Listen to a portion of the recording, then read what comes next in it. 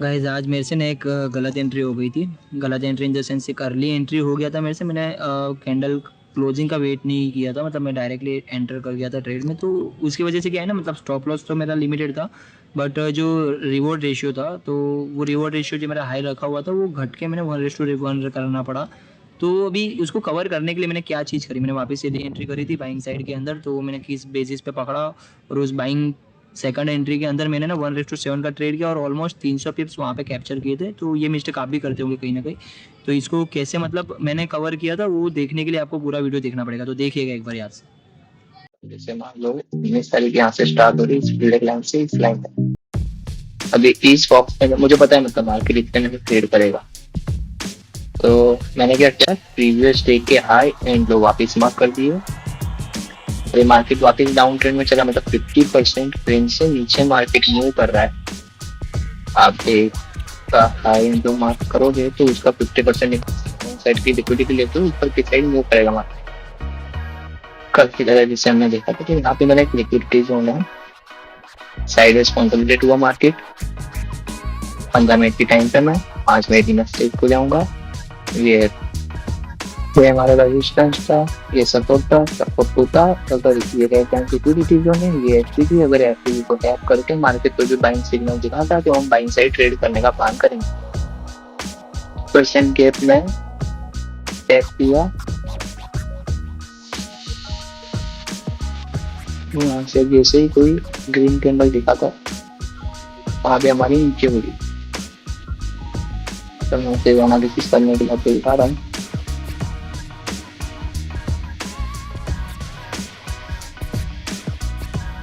अगर बाहर यहाँ पे इंटरेस्टेड नहीं है तो स्प्लिट सेकंड अटेम्प्ट यहाँ पे लिक्विडिटी स्प्लिट करके यहाँ पे बायर इंटरेस्टेड हो चाहिए। यहाँ पर भी नहीं है तो थर्ड अटेम्प्ट यहाँ पे।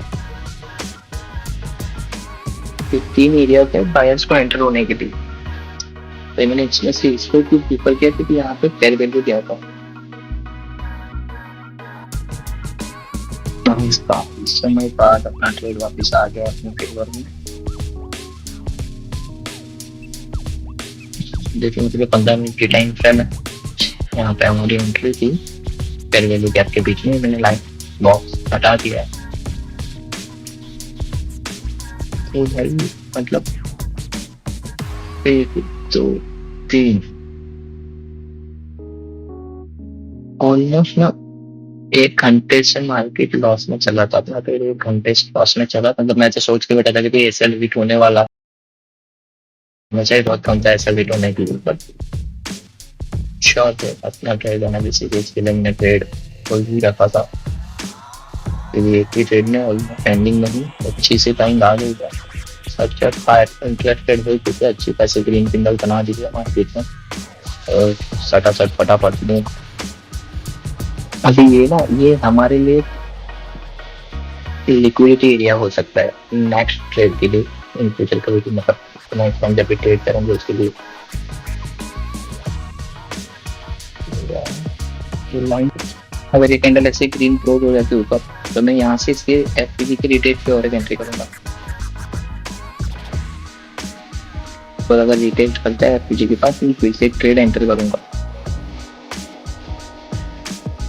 क्योंकि ये प्रीवियस का सपोर्ट था जो ब्रेक हुआ है तो एज ए रेजिस्टेंट वर्क करेगा। अगर मार्केट इस लेवल को निकाल देता है तो फिर कोई दिक्कत नहीं, तो फिर अपना इजीली टारगेट टीपी हिट कर लेगा।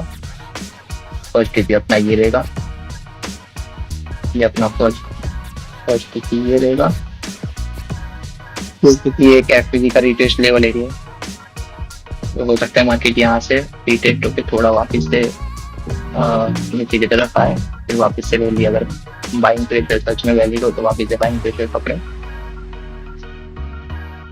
अच्छा ये अपना एक ओबी है, ऑर्डर ब्लॉक लेवल है, तो इसको मार्क कर लेना आप लोग भी, ये बाद में काम आएगा।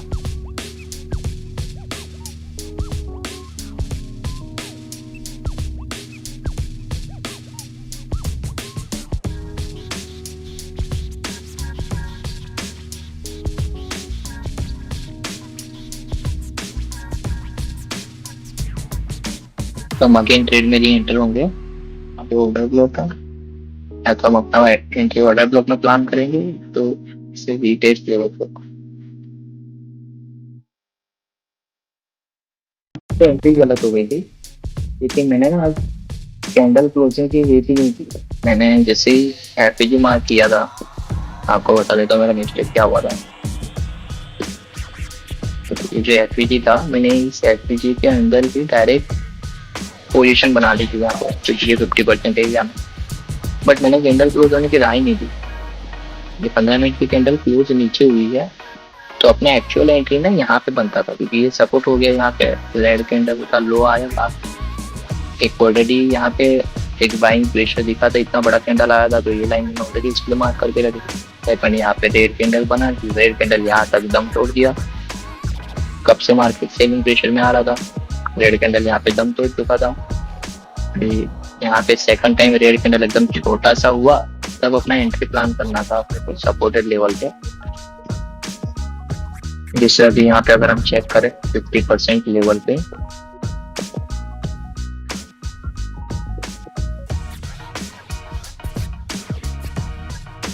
कैंडल इसके अंदर फॉर्म करके ऊपर सस्टेन होती है और कोई ग्रीन कैंडल दिखती है यहाँ पे ना, तो वापिस से री एंट्री करेंगे। अदरवाइज तो फिर हम बाइंग साइड अभी नहीं जाएंगे,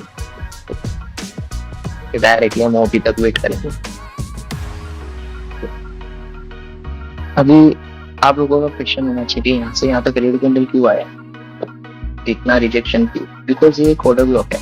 आप चेक कीजिए कि मल्टीपल रेड कैंडल बनी, इतना सारी सेलिंग हुआ है इस ग्रीन कैंडल का। आपको मतलब इस कैंडल के या इस कैंडल के अंदर इस टाइम पीरियड में किसी ने सेलिंग में इन्वेस्ट किया है, तो वो इस रेंज में इन्वेस्टमेंट हुआ है। भाई अगर इस बंदे ने यहाँ से इतना सेलिंग किया है ना, तो वो ट्रेड लॉस में थोड़ी जाने देगा।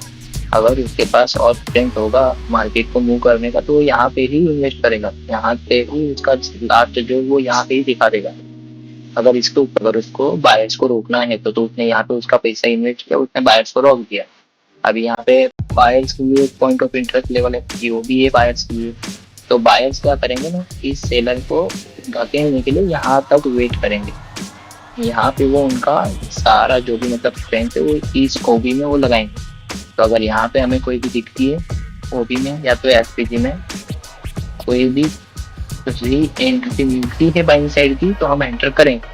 अभी बायर का स्ट्रेंथ आना चाहिए, क्यों आना चाहिए? क्योंकि एमएसडी देखो, एमएसडी का डेटा कम होते जा रहा है, मार्केट वापस बायर के फेवर में आ रहा है, वापस इन्होंने वीट करना स्टार्ट कर दिया। तो आप इसे स्टडी कर सकते हो, यहाँ पे सेलर्स पीक अप है, सेलर यहाँ पे कमजोर हो रहा है, एमएसडी भी कम होनी स्टार्ट हो चुकी है।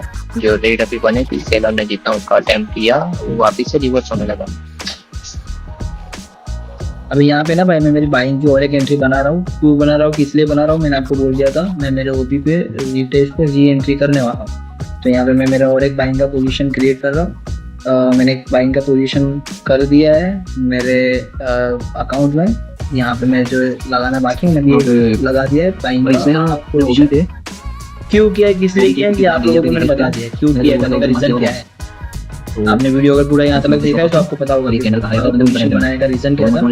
एक्चुअली क्या है ना, मेरे इसमें एक क्लिप ऐड करना रह गया, जिसमें रिकॉर्डिंग लैपटॉप सोना डिलीट हो गया या पता नहीं मेरी क्या होगा, वो मुझे नहीं एडिट करते हो, इसी वजह से डायरेक्टली वो कैंडल ऐड हो गया आपको। तो सेकंड पोजीशन अपना री एंट्री हो चुका है। क्यों किया है उसका रीजन आप पूरा वीडियो देखोगे ना, तो उसमें मैंने रीजन जोड़ के रखा है। मैंने पहले आपको इन्फॉर्म कर दिया था कि मैं वापस से री एंट्री करूंगा मेरे बाइंग साइड के ट्रेड के अंदर। हमें मिली है री एंट्री ओबी लेवल पे 50% रेंज पे टैप करके मार्केट ने बाइंग कैंडल्स बनाना स्टार्ट किया है। और सेकंड थिंग क्या है ना, बाइंग में घुसने का रीजन क्या है, रीजन सिंपल है। यहाँ पे ना हम चेक करेंगे एमएसडी। मैंने यहाँ पे ना एमएसडी चेक की है। अभी एमएसडी में देखोगे ना, तो एमएसडी में रेड जोन से भी ग्रीन जोन आना स्टार्ट हो गया। जैसे मैंने बोला था कि अगर एमएसडी कन्वर्ट होकर ग्रीन तरफ आएगा, तो मतलब हमें कॉन्फिडेंस और बिल्ड हो जाता है कि मार्केट अभी बाइंग साइड मूव करेगा। तो एक ओबी भी था और मेरा पहले से प्लानिंग था री एंट्री करने का बाइंग के लिए वापस से, और एमएसडी पे मुझे सिग्नल दे रहे, तो मैंने इसके लिए एक बाइंग का पोजीशन यहाँ पे क्रिएट किया है। पहला टीपी अपना ये प्रीवियस का हाई, पहले टीपी के बाद सेकंड टीपी अपना जो पहली पोजीशन में हमने लगा के रखा था ऊपर वाले रेजिस्टेंस लेवल पे, वहां पे अपना सेकंड टीपी। तो उस हिसाब से मैंने सेट किया हुआ। तो देखते हैं मार्केट किस हिसाब से क्या मूव करेगा पूरा टोटल।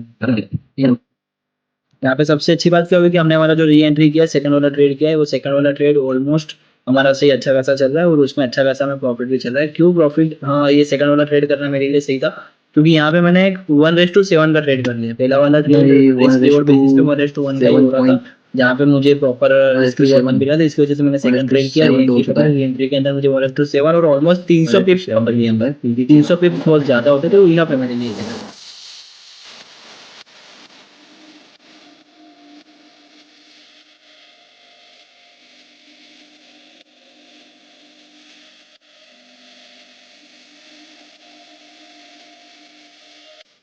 वीडियोस बनाने हैं फिल्मोरा है ना। वीडियोस बनाने हैं फिल्मोरा है ना।